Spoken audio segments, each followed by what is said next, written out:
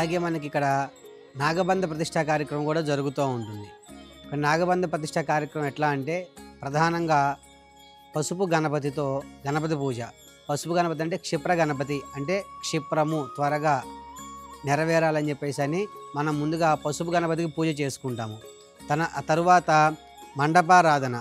మండపారాధనలో విశేషంగా మనకి నవగ్రహాలు, అష్టదిక్పాలకులు, పంచపాలకులు, అలాగే నాగదేవతల్ని వీళ్ళందరినీ కూడా వల్లి దేవసేన సమేత సుబ్రహ్మణ్యేశ్వర స్వామిని కూడా ఇక్కడ ఆవాహనం చేసుకొని వాడికి అర్చనా కార్యక్రమం అయిపోయిన తర్వాత నాగరాజస్వామి వారికి నాగబంధానికి అభిషేక కార్యక్రమం చేసుకొని అభిషేక కార్యక్రమంలో స్వామివారికి ఆవు పాలు, ఆవు పెరుగు, నెయ్యి, తేనె, పంచదార విశేష ద్రవ్యాలతో అభిషేక కార్యక్రమం చేసుకుంటాము.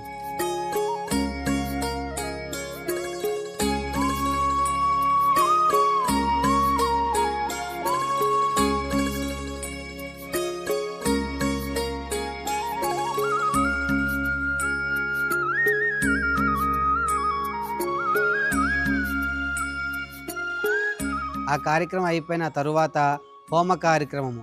ఎవరినైతే మనం మండపంలో ఆరాధన చేశామో వాళ్ళందరికీ కూడా ఆజ్యము ఆహారంగా ఇచ్చి మనం వాళ్ళందరినీ కూడా సంతృప్తి పరుస్తాము.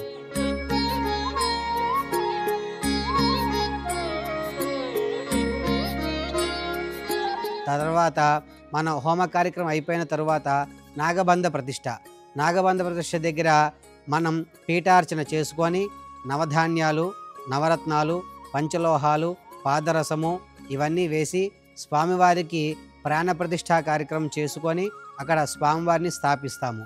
ఆ స్థాపన అయిపోయిన తర్వాత స్వామివారికి షోడశోపచార పూజా కార్యక్రమాలన్నీ కూడా చేసుకొని అక్కడ నీరాజన మంత్ర పుష్పాలు తీసుకొని మనం తర్వాత ప్రధాన దేవాలయానికి విచ్చేస్తాము.